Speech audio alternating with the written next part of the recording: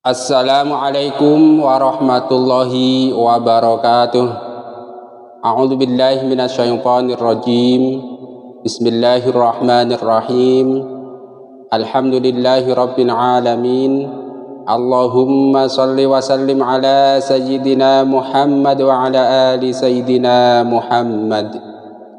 Qala Rasulullah sallallahu alaihi wasallam, naddarallahu mar'an saminga minna haditsan fahafidhahu hatta yuballighahu ghairahu. Semoga Allah Subhanahu wa taala menjadikan orang-orang yang mau mendengarkan hadis, mau mempelajari hadis, lalu mau menyebarkannya kepada orang lain, Allah jadikan wajahnya berseri-seri baik di dunia maupun di akhirat. Allahumma amin. Semoga Allah Subhanahu wa taala juga menjadikan orang-orang yang mau menonton video ini lalu mensubscribe channel ini dan menyebarkannya kepada orang lain, Allah jadikan orang-orang yang sukses baik di dunia maupun di akhirat bersama Rasulullah sallallahu alaihi wasallam. Kaum muslimin rahimakumullah, marilah kita sama-sama melanjutkan belajar membaca hadis Nabi yang tertulis dalam kitab Al-Jami'us Shahih karangan Imam Suyuti. Kali ini kita akan membaca sebuah hadis nomor 1462, yaitu tentang sebuah doa di mana Rasulullah Shallallahu Alaihi Wasallam mengajarkan kepada kita untuk berdoa supaya kita menjadi bagian dari kelompok orang-orang yang bahagia setelah melakukan kebaikan dan menjadi bagian dari orang-orang yang beristighfar apabila terlanjur melakukan keburukan. Mari kita baca hadisnya. Doanya begini: Allahumma ij'alni minal ladzina idza ahsanu istabsyaru wa idza asa'u istaghfaru. Hadis riwayat Ibnu Majah dan Baihaqi dalam Syu'abul Iman. Artinya hadis nomor 1462. Ya Allah, jadikanlah aku dari golongan orang-orang yang apabila telah berbuat baik mereka bergembira, dan apabila telah berbuat buruk mereka memohon ampun. Hadis riwayat Ibnu Majah dan Baihaqi dalam Syu'abul Iman. Status hadis ini dhaif. Sebelum dilanjutkan, meskipun hadis ini, doa ini berdasarkan sebuah hadis dhaif, tetapi maknanya semakna dengan hadis lain dalam kitab Sunan Tirmidzi, hadis nomor 2165 yang berstatus sahih. Hadisnya berbunyi begini: man sarrathu hasanatuhu wa sa'athu sayyi'atuhu fahuwal mu'min. Barang siapa yang merasa senang dengan kebaikannya, maka dia termasuk orang beriman. Dan barang siapa yang merasa susah dengan keburukan yang dilakukannya, maka dia termasuk orang beriman. Jadi jelas ya. Begini, di sini kan ini doanya begini, doanya dulu ya. Allahumma ij'alni minal ladzina idza ahsanu istabsyaru wa idza asa'u istaghfaru. Ya Allah, jadikanlah aku dari golongan orang-orang yang apabila telah berbuat baik mereka bergembira, dan apabila telah berbuat buruk mereka memohon ampunan. Itu ya. Bagi Anda yang mau menghafalkan doa ini, saya tuliskan nanti pada deskripsi video ini lengkap dengan terjemahnya dengan sebagian syarahnya. Begini, ini kan ada perbuatan baik. Nah, ada kelompok orang yang ketika melakukan perbuatan baik kemudian mereka merasa senang. Nah, kita oleh Rasulullah Shallallahu Alaihi Wasallam diajarkan atau diarahkan untuk menjadi bagian dari kelompok orang tersebut. Nah, cara memaknai atau cara memahami hadis ini pun bermacam-macam tafsirnya. Nah, salah satunya adalah yang ditafsirkan oleh Imam Al-Munawi dalam kitab Al-Faidul Qadir Syarah Al-Jami'us Shahih, yaitu bahwa yang dimaksud yang dimaksud alladzina idza ahsanu istabsyaru adalah orang-orang yang berbuat baik dengan ikhlas. Kemudian karena ikhlas dia berhak mendapatkan pahala, karena mendapatkan pahala dia berhak mendapatkan rahmat Allah, dan pada akhirnya dia berujung bahagia di surga. Jadi berbuat baik kemudian bahagia di surga. Itu menurut Imam Al-Munawi. Jadi Rasulullah Shallallahu Alaihi Wasallam mengajarkan kepada kita sebuah doa supaya kita menjadi orang yang berbuat baik tetapi nanti juga bahagia di surga. Apa ada orang yang berbuat baik kemudian tidak bahagia di surga? Ada. Siapa contohnya? Orang yang meninggal su'ul khotimah. Mungkin dia sepanjang hidupnya berbuat kebaikan, berbuat soleh, tetapi takdir mengatakan lain. Pas menjelang ajalnya dia meninggal su'ul khotimah, na'udzubillahi min dzalik. Itu ada. Itu satu. Nah sekarang kita pulang lagi. Nah sekarang kita iktibar. Ini kan ada perbuatan baik. Perbuatan apapun itu pasti terikat dengan waktu. Sebelum perbuatan dilakukan, ketika perbuatan dilakukan, dan sesudah perbuatan dilakukan. Kira-kira begitu. Nah idealnya seorang mukmin ketika melakukan suatu kebaikan itu sudah bahagia jauh-jauh hari sebelum kebaikan itu dilaksanakan. Misalnya contoh kebaikan ibadah haji lah. Ibadah haji kan waktunya jelas, tanggalnya jelas. Nah ini orang-orang beriman sebelum dia bisa melakukan ibadah haji seharusnya sudah bahagia. Misalnya dengan cara dia mulai menabung. Misalnya dengan cara dia terus belajar tentang ilmu haji. Nah ketika melaksanakan pun nanti dia penuh dengan sukacita. Nah nanti setelah dia menjadi haji pulang dari Baitullah, dia pun nanti akan bahagia sudah pernah melaksanakan perintah Allah yang berupa ibadah.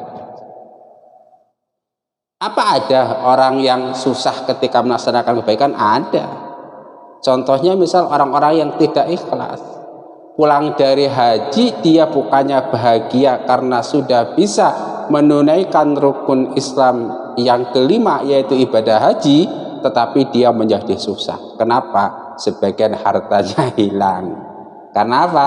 Hilang untuk ongkos perjalanan naik haji. Itu namanya dia susah setelah melaksanakan ibadah haji. Nah kita itu jangan menjadi orang-orang yang seperti itu, tetapi menjadi orang-orang yang berbahagia ketika melaksanakan ibadah.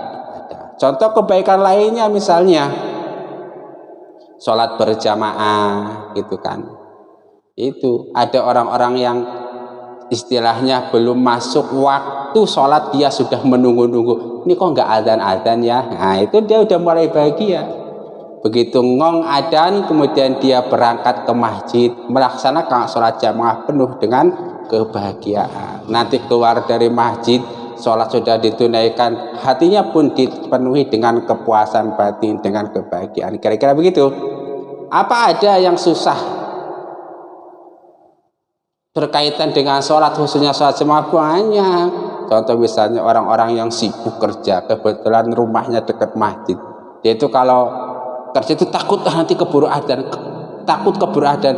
Bukan takut keburu adzan dia itu mau mengerjakan sholat jamaah, enggak, tetapi takut keburu adzan karena nanti azannya itu akan mengganggu kerjaan dia. Misalnya dia punya pabrik samping masjid, begitu azan itu kan mau nggak mau dia harus menghentikan aktivitas kerjanya. Karena apa? Nanti kalau nggak begitu bisa didemo oleh masyarakat sekitar. Jadi kan contoh orang-orang yang sebelum azan dia sudah susah, ketika sholat susah, justru setelah orang lain sholat dia merasa senang, wah udah bisa kerja lagi. Kira-kira begitu. Allahumma ij'alni minal ladzina idza ahsanu istabsyaru wa idza asa'u istaghfaru. Jadi kembali lagi bahwa di sini Rasulullah Shallallahu Alaihi Wasallam menggambarkan ada dua kelompok orang baik. Satu kelompok orang baik yang berbahagia ketika dia melaksanakan kebaikan atau berbahagia setelah menjalankan kebaikan. Kalau menurut tafsiran Imam Al-Munawi tadi, karena dia menjalankan kebaikan, mendapatkan pahala dari Allah, mendapatkan rahmat Allah, sehingga kemudian masuk dalam surga penuh kebahagiaan. Kelompok yang kedua itu kelompok orang-orang yang terlanjur atau ditakdirkan oleh Allah Subhanahu wa taala untuk terjebak dalam sebuah keburukan, kejelekan. Nah, setelah itu dia kemudian menyesali perbuatan tersebut dan meminta ampun kepada Allah Subhanahu wa taala. Kemudian Allah pun menerima permohonan maafnya sehingga dia mendapat rahmat dan akhirnya dia bahagia di dalam surga. Jadi jelas kalau bagi orang beriman, dia mau ditakdirkan dalam kebaikan atau ditakdirkan dalam keburukan, seharusnya dia bisa mengambil hikmah dan tetap bahagia.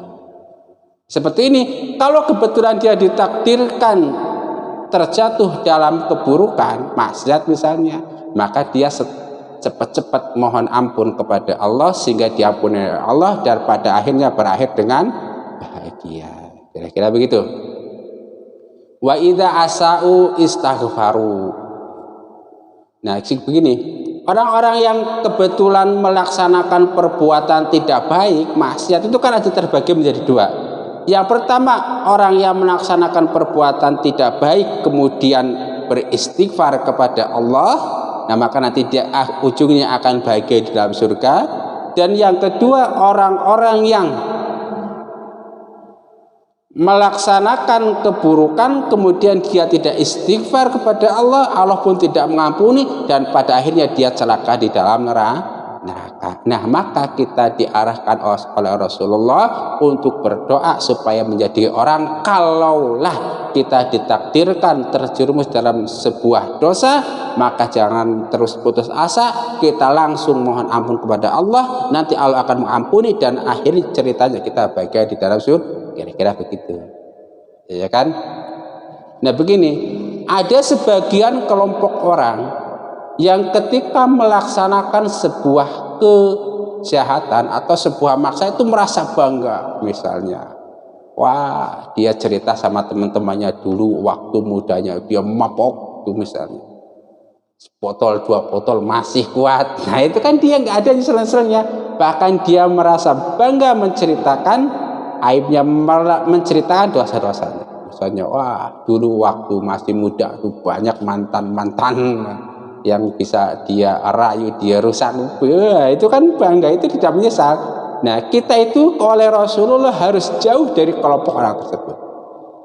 Jadi kelompok orang-orang yang mau menyesal ketika ditakdirkan oleh Allah Subhanahu wa taala terjerumus dalam perbuatan dosa. Mari kita ulangi doa ini. Allahumma ja'alni minal ladzina idza ahsanu istabsyaru wa idza asa'u istaghfaru. Ya Allah, jadikan aku dari golongan orang-orang yang apabila telah berbuat baik mereka bergembira dan apabila telah berbuat buruk mereka memohon ampunan. Jadi kalau kita berbuat baik kemudian perbuatan baik tersebut membuat kita bahagia, maka tandanya kita itu orang beriman. Kalau kita berbuat buruk kemudian keburukan tersebut membuat kita sedih, itu tandanya kita orang beriman. Jelas ini? Kita ulangi lagi. Allahumma ij'alni minal ladzina idza ahsanu istabsyaru wa idza asa'u istaghfaru.